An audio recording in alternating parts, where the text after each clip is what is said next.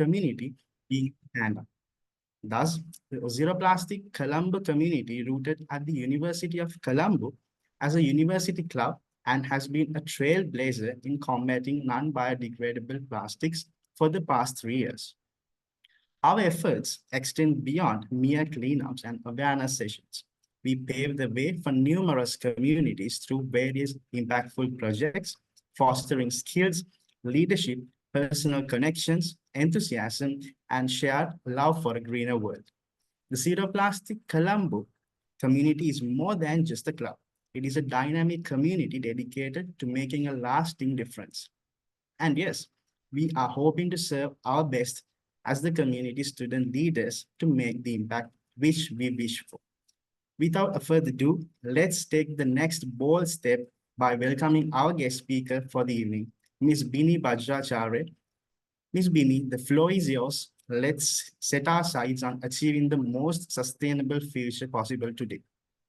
Mrs. Jacklin, over to you to moderate the session to a new height. Thank you.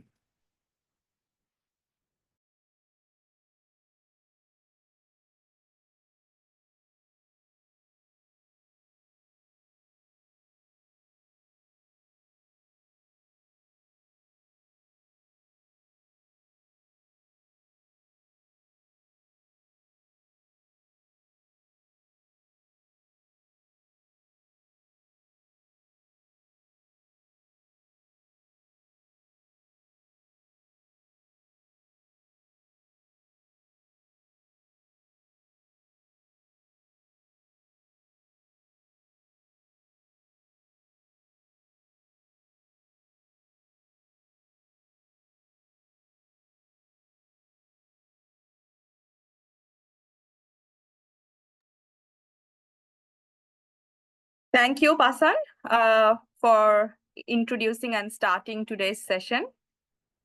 Before we actually move into today's session, I wanted to just touch base, why are we doing Decoding Sustainability? Ever since we have started ZeroPlastic as a movement, we have been very active with more than 20 universities all over Sri Lanka. And over the period of last more than 3 years' time, we have educated, did awareness program, engaged more than almost all around Sri Lanka. I think more than 2 million people we have been engaged, and we have spent a lot of volunteer hours. Why do we do it? We do it because we know that it's already late to make sure that sustainability is in practice. World is getting polluted, and all of this will not be possible to make an impact in the environment also in Sri Lanka if we do not engage with people in the community level. This webinar, where we decode sustainability into 10 questions, is also a way of reaching out communities through social media and professional network, where we talk about different aspects of sustainability and make sure every sector is engaged. In last 2 episodes, we actually talked about sustainable lifestyle. We talked about corporate social responsibility. Today is actually a very interesting topic we are going to touch base. Fashion is actually, it's a universal language. It's embraced by everybody, let alone it's a newborn baby or it's an adult. We have the pleasure of introducing someone who is dedicated to decoding sustainability within the fashion industry. Of course, you all have heard Pasan, who introduced Ms. Bini Bajracharya. I would like to tell a little bit about her. Bini champions the use of natural biodegradable materials with a lower carbon footprint, primarily utilizing fabrics made in Nepal. She is prominent of upcycling creativity, repurposing dead stock materials, and optimizing resources to minimize waste. We all know from the fashion industry, we actually generate a lot of waste all over the world. One clothing or one attire for one event, I think more than enough, and then we move on to the next. And that's where the fashion waste comes in. And Bini is making sure that is well taken care of by introducing locally biodegradable materials. As a successful entrepreneur, Bini co-founded Abir, a sustainable clothing brand that embodies these principles. She is from the land of the Mount Everest and the birthplace of Lord Buddha, Nepal. Currently, she's residing at the craft city of Kathmandu known as Patan. She enjoys spending time with her family, reading, music, traveling in her free time. So let's welcome Bini Bajracharya. Bini, I hope I have pronounced the name of your city correctly.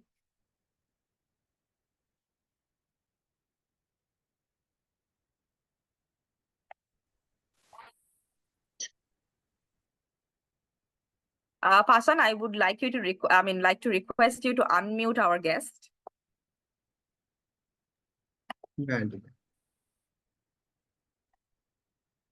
Okay. Hello and namaste, everyone. Thank you, Jackie. Thank you, Pasang, for having me here. Thank you, ZeroPlastic Movement, for having me here. Yes, Jackie, you have pronounced my city's name right. So yes, I'm from the historical city of Patan from, it's a craft city. And yeah, we love the way the heritage it's preserved so far.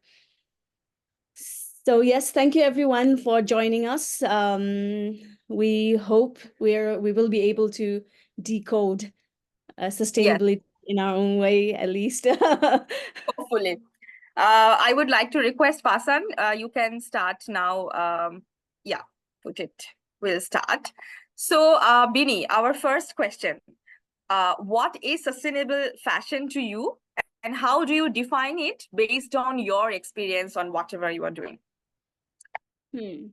So basically, I would say sustainability itself is a mindset. It's about being mindful, right?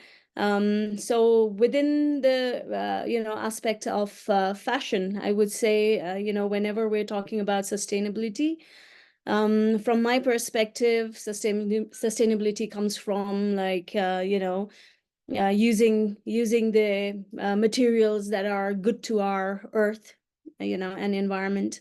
It's good to our skin and ourselves. It's good to the people behind it, and it's good to the place that it belongs to or it comes from.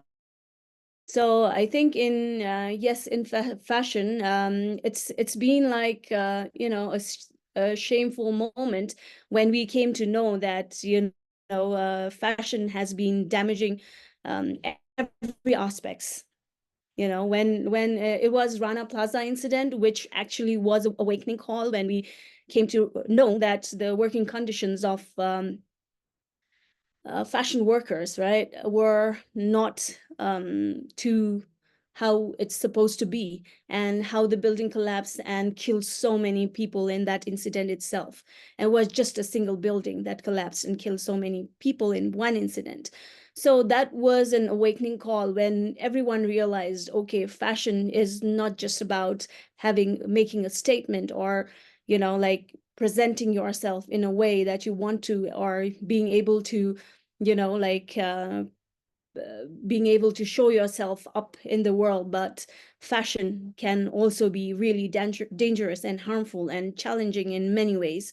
And I think this incident itself opened up eyes for so many brands, so many people, so many, so many things in the world, I would say, right?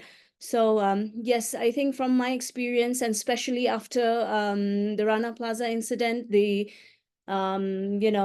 coming of fashion revolution movement in the world was something that was also part of my, realization that fashion is actually doing harms to us, our planet, and, how it is affecting people in general, right? So yeah, I think from my experience, fashion sustainability means when we are aware, when we have the idea where we're, like what we are doing and how we are doing things in fashion. Of course, you can be a person of, your own unique style, but again, you have to be conscious is something that provoked in all of us because of that one incident. So yes, like I would say sustainability doesn't only means like, you know, how you're sustaining the environment only, or you're sustaining, you know, like trying to be sustainable in terms of, you know, like what you're, you know, getting in terms of planet only. It's people, planet. It's about you know, what you're putting into the whole process. And fashion doesn't only mean the clothes and accessories. It's also mean the home furnishing. It's also mean the lifestyle that we carry. So yes, I would say sustainable fashion means being mindful about what you're, you know, consuming, being aware of what you're taking in your life.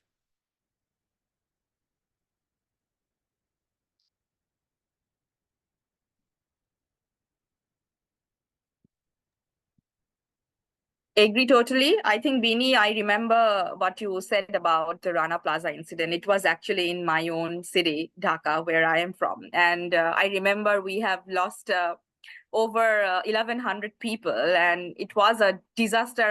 You know, I get goosebumps when I think about it, because I actually been there as a part of the volunteers who were helping, you know, rescuing the people.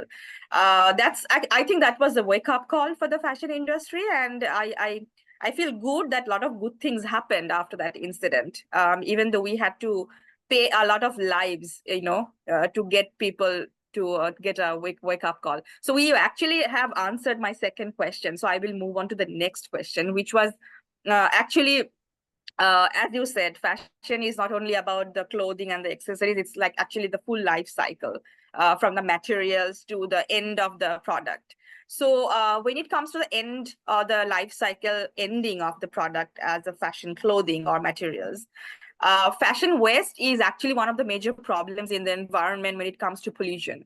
What is the one thing right now the world should be doing as a part of the mission to reduce the waste and reduce the impact on the environment from fashion industry that you think? I mean, we have seen a lot of things happening with the recycled plastic bottles, threads made out of like clothes. But then there are questions: when you wash the clothes, what happens to the microplastic that comes out? So overall, what do you think that one thing that, you know, we can do immediately to control the fashion waste? Mm-hmm. So basically, what I would say is like first thing that we really need to consider, you know, when it comes to reducing fashion waste is more about like being, you know, conscious about your consumer behavior. You know, like if we're generally trying to, in a way, hoard things a lot. We want to collect things a lot. We want to have a collection of things for ourselves a lot. And if we're not aware of what we are consuming and how we are consuming them and to which extent we are consuming them, that's when like the problem actually arises, you know. I think the first thing is like, if we're aware enough, if we're you know, like mindful enough while we're purchasing, first thing comes from there. You know, like the waste is always there if we're not conscious.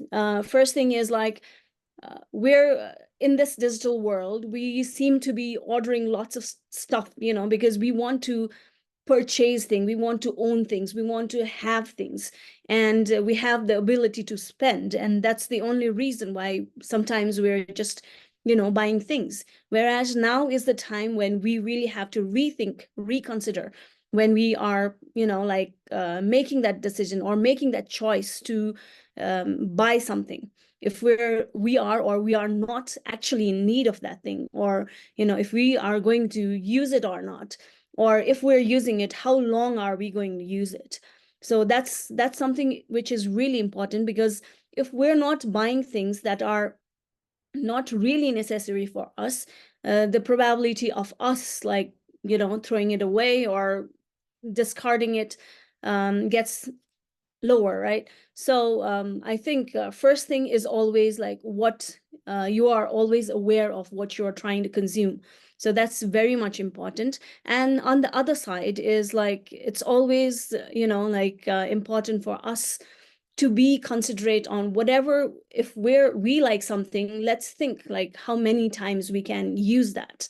one particular thing, how better we can use it, how far we can use it, like before it goes to landfill, let's just make sure that we are not, like buying it just out of, like certain emotions, certain, adrenaline rush or something, it shouldn't be like that.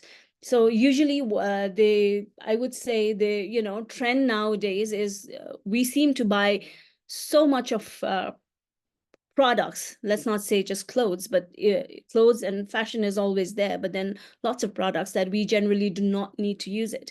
And the tendency of use and throw has, like at one point, and because of fast fashion, it's grown a lot.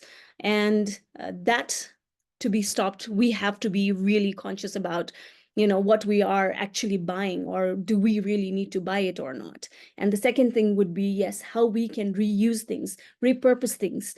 Like if we are not using it, how can we make the best use of it?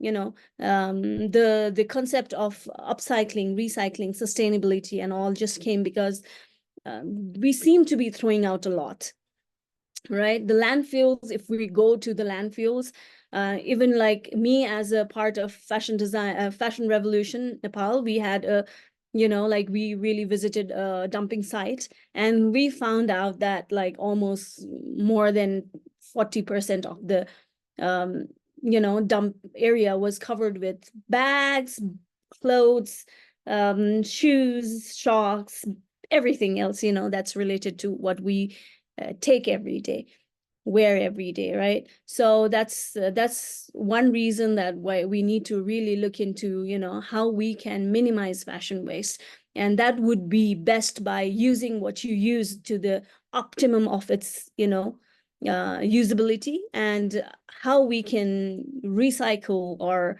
upcycle products so that they do not last in landfills. And if not, like if we talk about the Eastern culture, I would say it's already in our culture to, like use clothes into mattresses, or, like the pillow covers or something, or foot mats or something. And then again, it goes, like again to the wipes or things like that. And then only it used to go to the landfills, but it's not necessarily the same anymore in the, like very trending fast fashion world. Yeah. I think actually you have touched base things that we actually wanted to discuss in this forum, and which goes to my next question. Rightly said that more of upcycle, more of reuse kind of behavior we need to develop. So that comes like now we see, especially in South Asia, when we go outside our house, we see cobbler sitting by the side of the road. He fixes the shoes for us, right? Bags and umbrellas. But we don't see much of a place where you can take our garment and fix it and bring, rather than just throwing off just because one button is off. Or I mean, those days we used to see our parents were doing it for us. I mean, these days, I mean, we barely have time, we are busy, and we just, it's easy for us to just throw it away. So that's where I actually wanted to ask you the next question. You referred that making anything else out of the used clothes. There are cultures, I'm sure, in Nepal, even in other South Asian countries. Have you ever thought of exploring those ideas through your entrepreneurship? And something like I wanted to show, actually, this is in Bangladesh, we call this, I don't know if it's visible. Yeah. So this actually all hand stitched, and these are done by women in Bangladesh, and we call these Nokshi Katha. So basically this is a form of blanket, and it's made out of used sari, pleat one sari after another, and then they just hand stitch. So there is a story behind it. We call it, earlier back in those days in the village, women used to, in the flooded areas where a lot of rain happens and the flood comes. So the farmers and their wives do not have much of a work during the flood time. So they are basically idle. So afternoon time, they used to stitch and spend time. And at one point, it became their earning source. This is just an example, but is there anything that you wanted to explore through your entrepreneurship with the recycle or upcycle or repurpose the clothing material?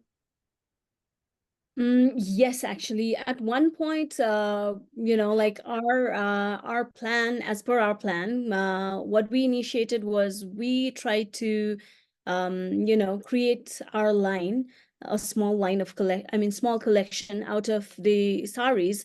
But at the same time, like saris, I say here because, like, in Nepal also there is a big, consumption of saris, because Nepalese also, like, our formal, like, clothes is sari. Sorry. Yeah. So yes, because we wanted, there is already one organization that's working on upcycling the saris in, the used saris. But then our concept was to upcycle the saris or the pieces of saris that, the stores sell, but then they have either the stock up of the, like stock piled out because that's out of fashion, or it's the cutout after they cut the saris from the yardages, and then small cuts are left. So we made a small collection out of the sari, making t-shirts out of it. But at the same time, what we also do is we also do the customization in our facility. So we always encourage people to bring in the used saris if they want, and then we create new version of the dresses, or something out of their used saris. So yes, that's always been in us, and we are still practicing that. Great. So the next question is actually, Bini, more into the celebrities and the medias. We see the celebrities, they promote new attire in new event. How do you see this is happening right now, even in Nepal or even global context, that celebrities or even medias, if they are eager to promote rewear or reuse of your expensive clothing, it's not only should be for one event? How do you say that concept? As yet, in Nepal's context, we haven't really seen, like, celebrities or, like the influential people really doing promotion of recycling, upcycling, or reuse of any products as much. But however, like, there are very few celebrities who, like, just the recent Miss Nepal, who has been she was working in, like, the sustainable aspects of all different things, and then she did, like, try to promote sustainability and use, upcycled products and all. But then it's not so much in the media as yet. But at the same time, when we talk about, like, thrift shops, or I would rather say it's more into the thrift shop. People are starting to promote and use, but it's not, like, from the influencer side as much. It's very minimal. Yeah. Totally agree. I think the influencers also hold a lot of responsibility, and they are just doing things for money, how the capitalism works. But I think there are more of them we need on the right path. So the next question is actually basically Nepal context. How do you think Nepal's culture contribute to a sustainable fashion? Anything culturally? So basically, if we look at how Nepal has had been in the past, like, basically Nepal was a self-sustaining country somewhere around 100 years back, or 100 plus years back. So it was all like, you harvest it, grow things here, harvest it here, like, make things out of the things here. The entire caste system was made on the basis of the works that they do. So Okay. we used to have a caste for people who are just stitching, and we used to have caste for people who are just doing the block prints, and we used to have caste for just doing certain things. So that's how, like, the things were in Nepal before, like, modernization or industrialization, let's say, right?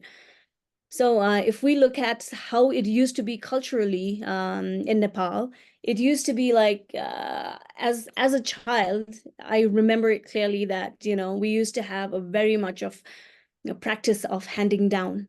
You know, if my sister, if my elder sister had a cloth for like 2 years and then she's done with that cloth, then my mother would rather, you know, like keep it safely for me, who is already like 6 years younger than her, to wear Yeah. it like, later when she's, I mean, like I get to her age, right?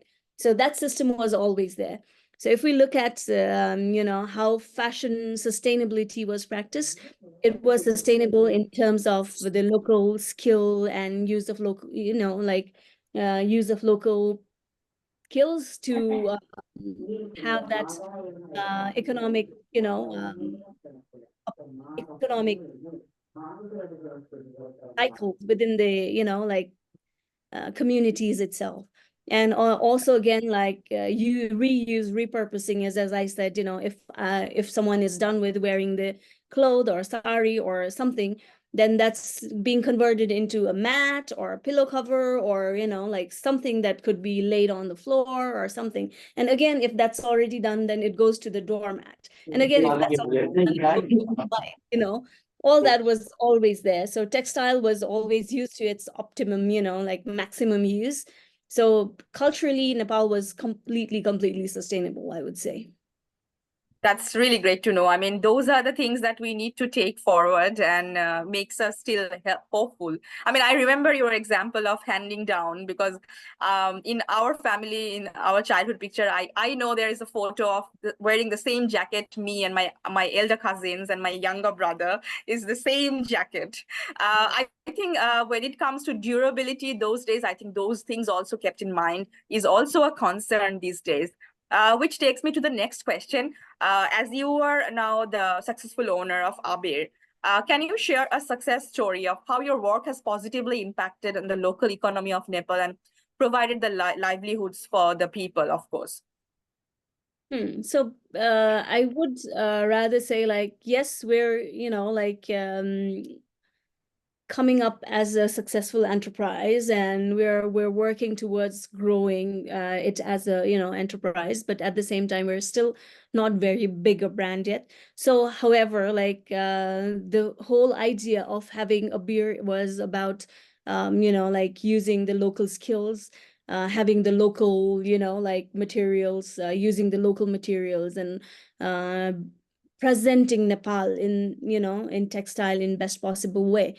So having said that, like so far we've been working with a small team, but at the same time, when it comes to materials, when it comes to skill and everything, I would say Abir has been able to touch base, like, you know, at least about 100 people, if not more. Right. And at the same time, if we look at, there's one thing that Abir also does is Abir is now promoting, I mean, like Abir has been from its second year of inception, after the first lockdown because of COVID. We started one event, and that was like more as Artisan Fest. So we have been promoting Artisan Fest, and we've been bringing a marketplace, especially for the artisans and, you know, the fresh minds who work in align, you know, like concept with us. So basically with that, I think we've already if not more, already had like 3 or 4 entrepreneurs who are artisans, who are just artisans, to the entrepreneurial journey. So I would say that that is also an impact that we could have made. And at the same time, yes, we are, you know, like working with the crochet artists. We are working with, you know, like the local tailors, and we're working with local, you know, like the fabric weavers, the knitters and all. So in that way, yes, you know, with home-based workers. So in that way, we have, if not more than, but little impacts we have been able to make, yes. So that actually brings me to the next question. Usually, we see any industry in any country. There are good side and bad side from the government. I mean, there can be tax rebate for such certain industry. There can be, you know, free float of the import export genre, and there can be, you know, subsidiary But again, there can be very strict regulations to even start a company, even in a country, getting investments and all those things. In the context of Nepal, to start Abir and all these last 2 years of inceptions, have you faced any challenges, any sort of, or any kind of help from the authority or from the community that you want to highlight? Actually, from the time of inception of Abir, unfortunately, we started pre-COVID. So it was 6 months and then we were already in like the lockdown situation, right? But then we are fortunate that we've been able to sustain our business so far in, the 4 years of ups and downs. Challenges has always been there, but at the same time, the way we have been working with, the team, the work, the networks. So we've been fortunate that we have been able to pull it through all the challenges. In terms of authorial support or challenges, I would say the challenge would be just that we have multiple tax, windows that we have to go through. And as in like support, not yet as such. But at the same time, because we were able to connect with our municipality, we have gotten few of the job orders from the municipality itself, but nothing like funding or anything as yet. But yes, I think if we talk about opportunities, there are opportunities that's being, like provided by government, as in like, in general, not to us itself, but then in general, for the startups or women entrepreneurs, there has been like, subsidized loan in the banks, but that's still a challenge for lots of women because that also goes through lots of, like leaks and Yes, that's true. That's true. And anyway, we all believe that, with the proper infrastructure or subsidizing program, or, some sort of help to promote sustainable entrepreneurship actually required everywhere in the world to get people to get inspired to even start with this. So the next question is actually going back.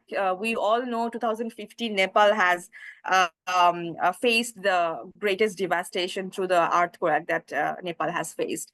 And we have seen how much of a destruction it has brought Nepal and also in the surrounding areas, especially Kathmandu. So I wanted to know if that had impact on the fashion industry and the local communities who were involved in this industry, and how was that impact and how did you guys overcome? And has it actually yet been overcome? So if we look back in 2015, yes, it was really like, a scary time for lots of people, or almost all of the people in and around Kathmandu based mostly, right?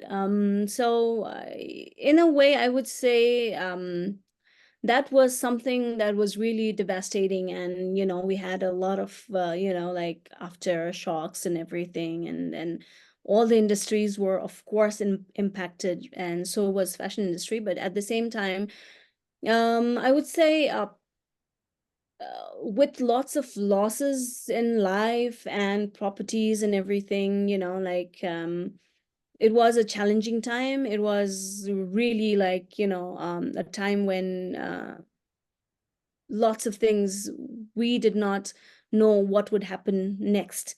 But at the same time, I would say Nepalese are really resilient. Nepalese have that, like thing in them that we seem to be really, looking forward to things and be really hopeful for future despite all the challenges, right? So in 2015 earthquake, it was a time about like 6 months we were really in the state of like, we don't know what. But lots of export were being hindered and lots of, businesses were in challenge. But at the same time, because people world knew that, this kind of thing happened. So there was certain kind of adaptation and moving forward were there. But I think it's more than 2015 earthquake, COVID, and reoccurrence of COVID, and the war itself and international recession has done a much damage than 2015 has for any kind of businesses here. Yeah. I mean, I hope not only Nepal and all over South Asia actually recover with all the devastation that we have faced in last couple of years. I mean, even for Sri Lanka to state, it's not only the COVID, even before COVID, through the Easter attack, also the country has gone through a lot. So if we look back, it's actually started from 2019 and then followed by the financial crisis in 2022. So the next question actually is, how do you think sustainable fashion can be highlighted in the local and the global context more? It's just in your eyes. What do you think personally? So I think sustainable fashion to be highlighted. I think it's more about like how people understand. I would say, like, to all the audience here listening to us, like especially to certainly go back and watch certain documentaries that's being like made regarding fashion, like industry and its impacts. One of the very like touching a couple of very touching documentary that I watched were the one that's like called the Blue Waters, and another is the True Cost. Those two were a really eye-opener for like lots of people, I believe, because it really pointed out how like fashion is creating the damage to earth, to people involved in the process, to like everything that's linked with the like the value chain of fashion, right? So if we look at all that, and we look at ourselves as human being, the impacts of whatever is being in the process of like fast fashion, I would say, right?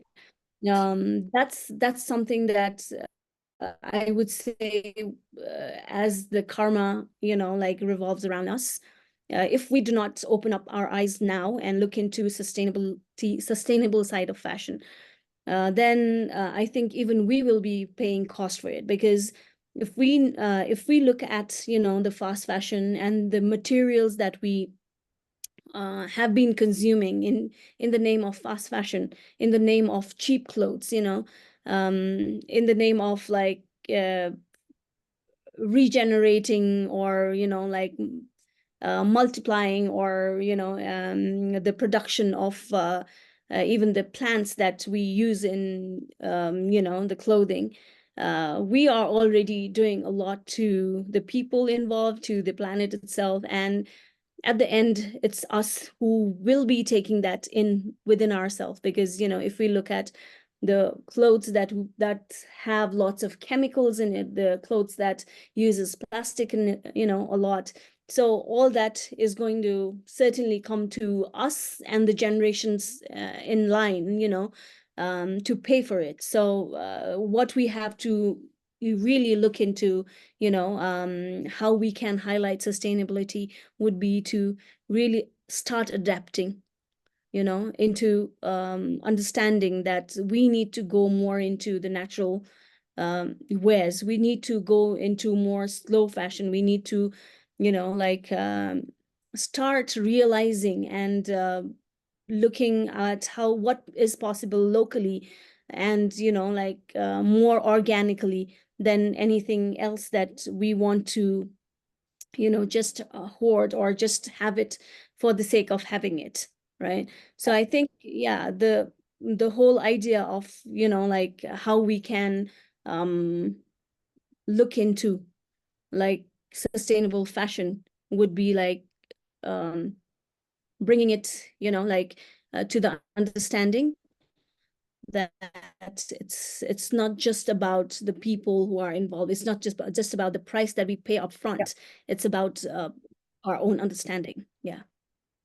Agree, absolutely agree. I think what you said also reminded me of this video I watched on Instagram recently, where if you have like 10 pair of sunglasses or 10 hats and you wear them all together and start walking, you know, how your, you know, you the fashion disaster in your wardrobe that you don't wear, and you wear and see what is happening, what is exactly wrong in planet Earth right now. So this actually brings to my last questions to you. So today, most of our audience is from University of Colombo, who are students and doing their undergrads, and there are other people as well. There might be students who are doing their fashion designing courses and their undergrad. There might be non-fashion designing students as well. But for all of them, if there is one suggestion that you want to make, even for their personal life or even for their career as a fashion designer or someone in merchandising, what would you say? What would be your message? So I think it would be more than one message, but yeah, I would. Sure. Yes, like I said at the very beginning, right? Let's be conscious first off about what you're consuming. Let's be conscious about, you know, like if you really need something or not. Yes, me being a business person, like I may want to, you know, like push my stuffs in the market, but that doesn't mean like the consumer cannot be conscious, right? Consumer can always look and then see and judge and then only accept what you actually need. So in the consumer perspective, I would say, yes, please go ahead with buying the things that you want to buy, that you really need to buy. But at the same time, please do use whatever you have to its optimum, you know, potential, and try to upcycle or use or donate that to the people who can use it in by themselves or in repurposing those products that you don't want to use anymore, right? And at the same time, if you're a designer or you're into the fashion industry, it is now time to look into, take into consideration where we can use as much of as natural materials in our, you know, like consumptions. And we are to find solutions, and we see lots of solutions coming up, but then it seems still really costlier. So maybe we can look into the possibilities that at least we promote local sustainability by, you know, sustaining the local economy or using, you know, being ethical when it comes to the working practices, or, you know, like using the skills that are more local than, you know, like from all over the place. So yes, the markets are needed, the export markets are needed, but at the same time, let's consider the local scenario as well. Yep. Thank you so much, Bini. It was a wonderful session with you, and we learned a lot of about what you are doing in the form of sustainable fashion, and it's actually inspiring. I hope people who are studying and preparing themselves to be in the fashion industry will take the inputs and go ahead. Everybody, now it's time to take questions. Just I wanted to add, there are 207 participants on this webinar, and there are people who are also watching on YouTube, where we are streaming on Zero Plastic Movement. Pass on over to you. People can questions by opening their video camera, or you can post it on the chat. We can ask Bini the questions. Yes. Hi, Ms. Bini, and hi, Jacklin. This is Hasanki from University of Colombo. That was really an insightful session, I must say. When I was listening, like throughout the questions, so starting from the first question of what is sustainable fashion from your words, to moving on to the third question of how culturally Nepal sees sustainability, and then to how when the financial crisis on 2022 was there, and how you see sustainability, and when it comes to the last question of what is the message that you can give to the upcoming entrepreneurs, like student entrepreneurs, I must say. So what was repeated throughout the session for this 30 to 35 minutes was, it was all about how people think. how people consider. So what Miss Bini said was like, it was always people must be aware of what they use and how much amount they use. So it was so repeated throughout the session. So my question is, would people be mindful? So would you think they would be mindful? Like, this is after all, like when it comes to this century, I would like to ask, would people be mindful even if we let them aware, even if we do sessions like this? It's a question that would they get it to their hearts and would they practice it throughout their life? Because what you said was sustainable, like fashion is what is the, it is like the life cycle. It's not only something we wear or something we see.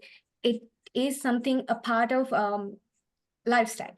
So yeah, my question is, would people be considered about it?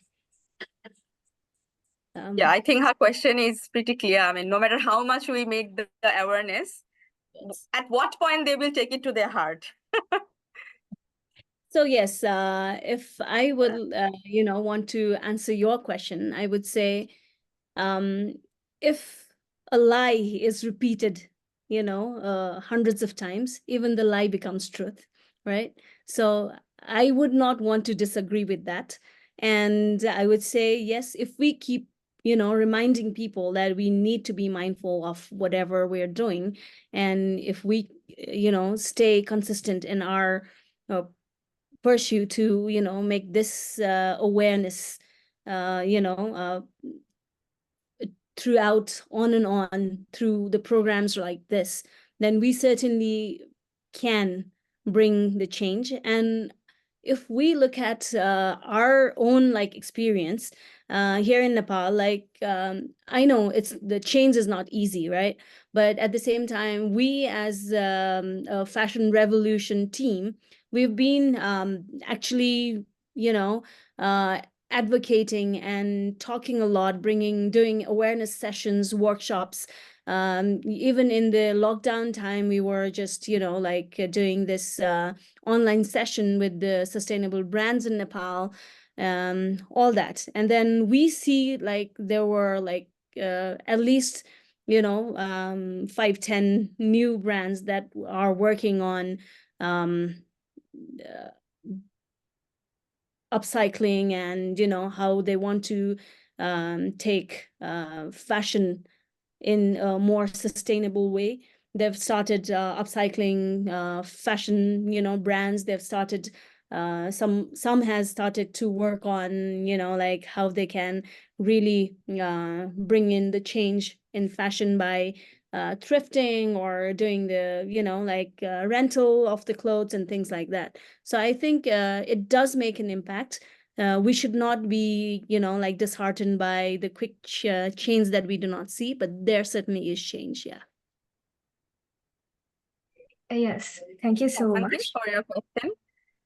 Yes. Any other question? Yeah, I have few, but I would select Sure. one or two more. Okay, when it comes to reducing plastic, fashion waste, when we're talking about the fashion waste in the second question from Ms. Jacklin. So what you said was when you had a site visit, it was like per 40%, it was fashion waste.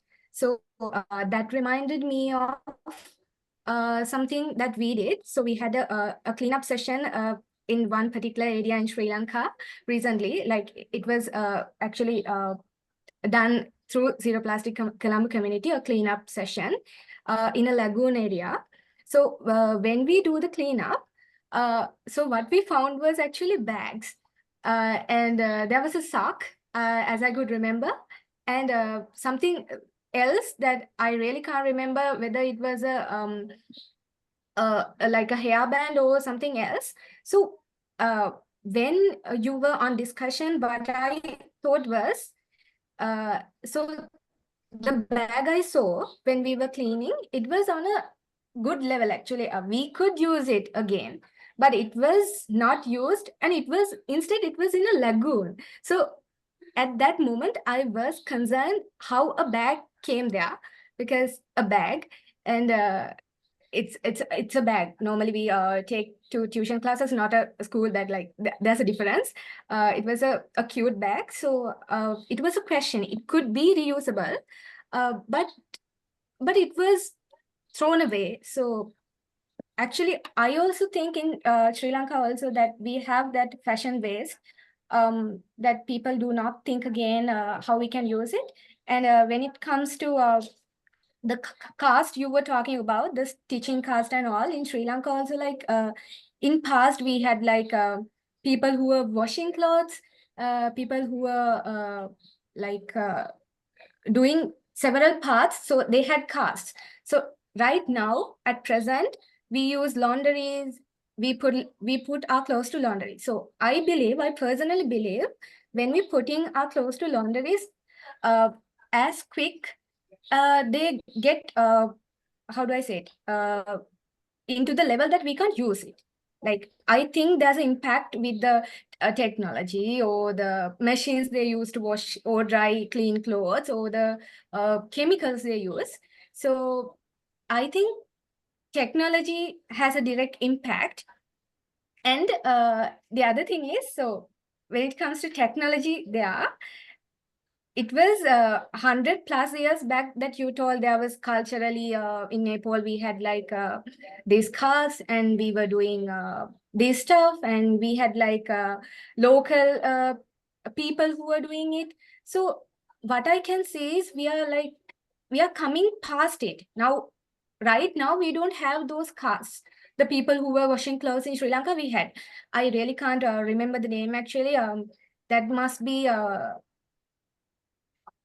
Dobie or something. I really can't remember, but I think it's in India, it is Dobie. okay, that must be So Dobie in I Sri think Lanka. Hasanki's question is about if we are moving out from the traditional caste systems where people known to do only particular things and moving towards machinery dependency, is it going to be a bad impact on the fashion, sustainable fashion?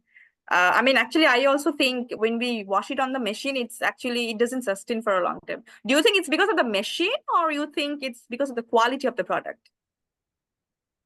I'm sorry, if the question, I understood it well, then is the question like the use of products is gone down because of the technology?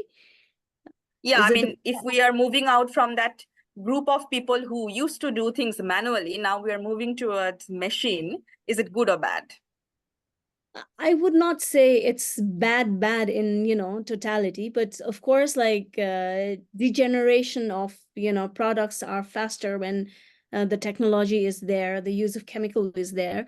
But at the same time, it's again like, it's people's preference, I would say, right? If I want something, I want to use something. If I want to use something for once and I don't want to use it again, then that's my choice, right? If my choice is mindful, and even the missionaries would not like tear it apart within 1 or 2 use. It's rather, at least few 10, 20 times, right? So I would say it's personal choices rather than the use of the technology. So I still would say it's about your mindset, it's about your preferences. Yes, I really appreciate the repetition of be mindful, because it's us. The user should be mindful. Like a non-living thing called fashion and materials can't attack us. It's always users. So yeah, and I have like a lot of questions, but I'm going to stop right now and letting others to ask questions. But one thing I needed to mention. So you talk about some challenges when you had starting your companion all, and you mentioned about something that passing clothes. Like I'm wearing my sister's clothes, and my clothes are wearing my younger sister and all. So no more. We are doing it no more. To be honest, and it's very like unfortunately right now it's not working. And I also like had it when I was young, and a time which is very recent. I can't remember actually when did I wear a clothes from my elder sister, and my younger sister obviously not wearing my clothes. So it's like, I think it's the generation and the time and technology and obviously fast fashion. So actually I think we have to be mindful. And I would like to quote a phrase what you said. Let's be conscious if you really need something or not, because I do it. Yeah, so we must do it. And I'm letting others to ask questions. I'm really sorry I took a long time, but I had several questions and I have more, but I'm stopping right now. Yeah. Any more questions? Text me. Yeah, you can always text me if you would like to. Yeah. Yeah, sure. Any other questions, guys? Hope I'm clear enough. There's some background noise coming on, please. Excuse me for that. No, We you're can clear. hear you. Yeah. Right. First of all, thank you very much for this insightful session, and we all got a really great insights into the fashion industry and how it can be sustainable. I mean, just not fashion, just how our lives can be sustainable, how we can sustain as human. So I've got just one question. Actually, yeah, one of many I would like to ask. So when we talk about these sustainable fashion and sustainable new products, we see a lot of new products coming into the market, such as clothes produced from bamboo or reed or paper produced by elephant dung or cow dung. Such really innovative, creative, and sustainable products are coming into the market, and it's really, really glad to see those in the market. And I think it's a step forward. But as I have noticed, maybe it is in Sri Lanka, given all the economic conditions, but I have noticed that all these products are usually quite expensive and only a very few people, which we refer to as the high-end society, can afford it. So my question is, why that happens? Is it because of the raw materials are a bit difficult to be found, or is it because the producers want to create sort of a particular market for their products?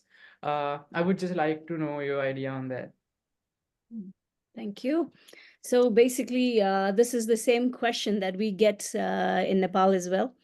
Like, why are the sustainable, or for us, even like, why is Nepali product so expensive? Nepali product is supposed to be cheap in Nepal, but that's not the case,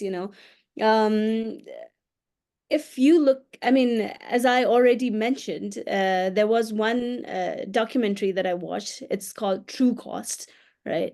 So why are fast fashion cheap? If we look at even our past, we used to have a culture of getting our clothes tailored, right? It was like, it wasn't mass manufactured. So looking at that aspect and coming to now, there are two ways of having cheap clothes. One is at the cost of someone else's lives, and one is because of the automation, right? So why are the products that are sustainable are expensive is because these products are made with, like lots of manual processes, which consumes time and effort and personal touches, right? So, and again, like the fast fashion industry, there's lots of exploitation. That's what we see from the Rana Plaza incident and onwards, right? So taking that into consideration, if we look at, how the sustainable fashion is sustainable, because it is also looking at the people aspect of its production system. And because of that, we are not, like cutting off anyone's, from anyone's sweat or blood. So yeah, that's what is actually the process that costs heavier. And that is why we would rather buy, like one thing and use it multiple times, than collect lots of things and use and throw it. Not to use it. Forget about it. I'm sure there are people, including us, that, you know, buy things and then we don't even know that we bought it when we were reorganizing. Oh my God, I bought this shirt. I don't even remember when. So it happens to us. Thanks, Hasita. It was Harita. Actually, it was a very good question asked. We get to ask a lot of times that why sustainable lifestyle is not adopted. Most of the people think it's expensive without even trying, but there are ways of, you know, doing things that is not expensive at all. Just to remind everybody, there is a link given on the chat thread for you to do the attendance for the session, and the video that Miss Bini just referred, True Cost, I also have shared the link. You guys can have a look at it. I have a question to everybody who's here. I'm sure everybody's from Sri Lanka. And is there any example you guys can share that you think goes with sustainable fashion as a concept that is related in Sri Lankan culture when it comes to fashion? Is there any example you guys can share? I mean, I have example that relates to Sri Lankan fashion, but I would like to see if you guys can come up with something. I'm gonna give just few seconds to think. Very rough.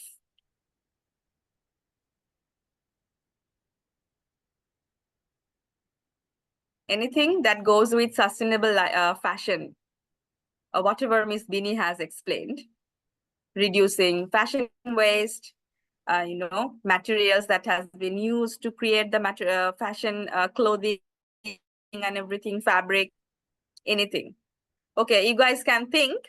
I will give my input. So in Sri Lanka, Bini, what I have observed, I am from Bangladesh. So in my schooling days, even in Bangladesh, how the schoolings are done, I have seen different school has different uniform.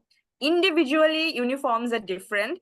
So if you belongs to a government employee who needs to change their district every year because of the change shift, and you have to change school every year, you have to get a new uniform. What I have seen in Sri Lanka, the public school, the semi-public school, not the international school, most of the student goes to those school and everybody wear white uniform. How you differentiate the school is based on either with their tie or with the badge that they have.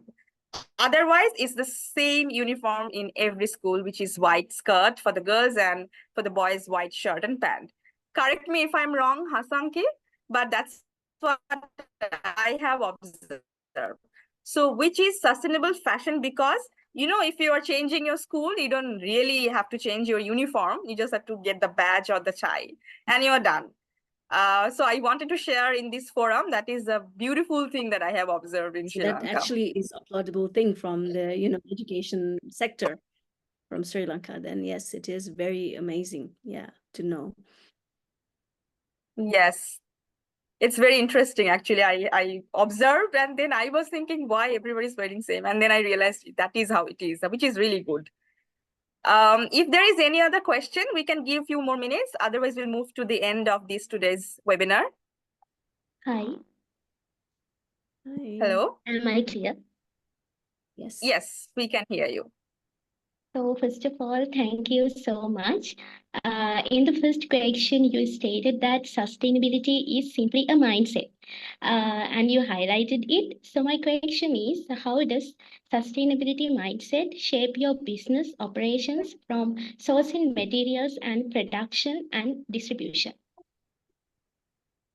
See, it's business is always like, you know, we're looking at how we can make profit, right? But at the same time, if we're looking at, you know, being in the business and still looking at sustainability side, right? That's how our mindset was devised. That's why we're into the sustainable business. So, you know, in our case, I would say I would not want to go to, you know, in general case, but in our specific case, our concern here, like sustainability is one part, you know, like what you are doing, right? As I said, like the materials that you choose to use, the people that you would choose to work with, the production system that you'd want to, you know, like adapt. So for us, it was like, we want to go to natural and upcycling, the materials, and we want to do the production locally, and we want to, make sure that we do not waste any of our scrap as much as possible. We cut down on waste as much as possible. So whenever we have side cuts, we would always make small bags out of it, or some kind of ties or pocket squares or something or the other out of it. And if we're not able to do it, we would certainly be happy to, either sell it, or if not, donate it to the people who are making small products. We recently, what we did is also about we went forward with collaborating with a brand that does reusable sanitary pads, reusable nursing pads, and all that things, right? So the life of the scrap is also not directly going to landfills, right? So, we're always mindful about how we're dealing with our waste as well. So the smallest scraps that cannot be made into anything, we make sure that it's sent to the people who, recycle it and make it into the cotton, and then make mats or Dunlops out of it, right? So it's all about mindfulness, right? How we can be sustainable. So, if your intentions are to be, sustainable, you find ways to be sustainable. Thank you.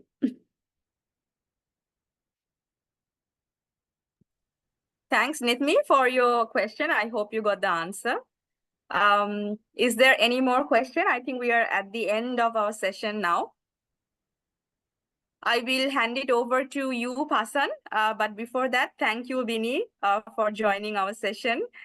You had your busy schedule. I know we had to reschedule also, but good. We feel good that we didn't cancel it, and we actually made it happen. And hopefully in future, we will connect again to another beautiful session, insightful session. And we will get to experience your fabric probably in Sri Lanka soon. All the best, and thank you so much again. Thank you so much, everyone, for joining in and listening to me. Thank you. Pasan, over to you. Yes, thank you so much, Ms. Bini Bajracharya and Ms. Jacklin. So I will be taking the meeting afterwards. So yeah.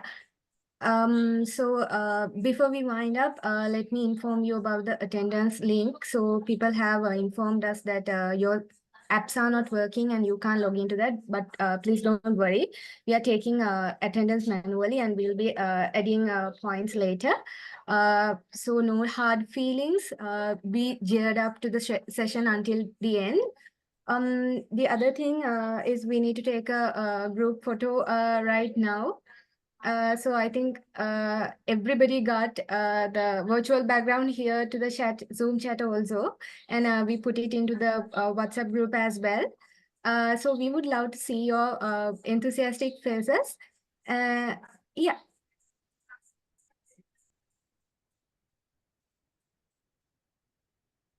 And okay, I would like to invite our visionary founder, Mr. Nishank De Silva. Sir, do you have anything to add as before winding up today's session? We are so much honored to have you here today.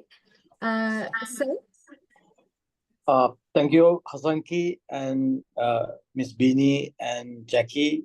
So you all did a fantastic session. So I was watching the entire conversation from beginning to end, and to be honest, learned a lot.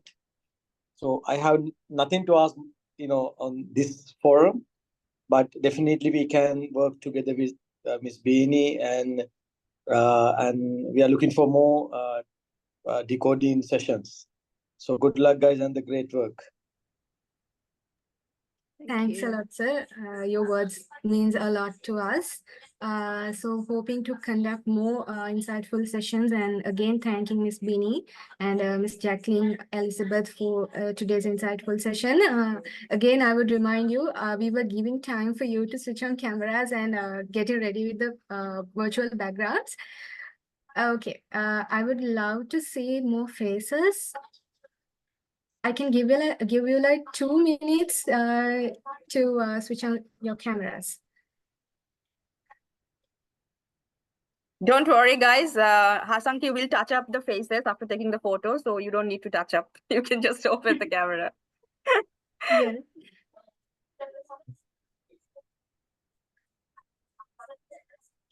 Any more faces that we can see?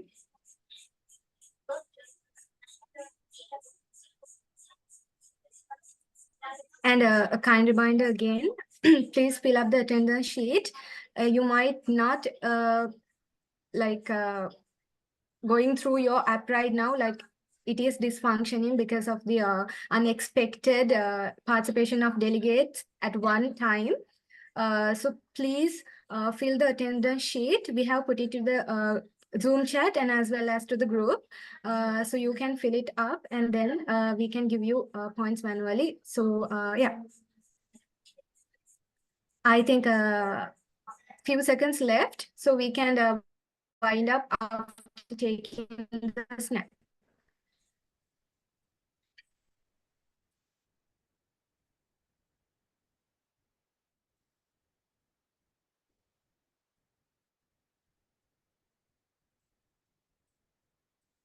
Yeah, I'm taking the snap now. 1, 2, 3.